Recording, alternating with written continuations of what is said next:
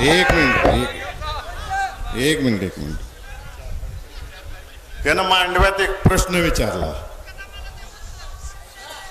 मांडव्यात म्हणला 70-75 वर्षात काय विकास झाला ते मी या 5 वर्षात केला. मी फक्त 2.5 वर्षात केला. मी फक्त एकच उत्तर देतो. दादांच्या सांगण्यावरून इथं जेवढी बसलीत ना त्या सगळ्यांनी एका रात्रीत तुला आमदार केला.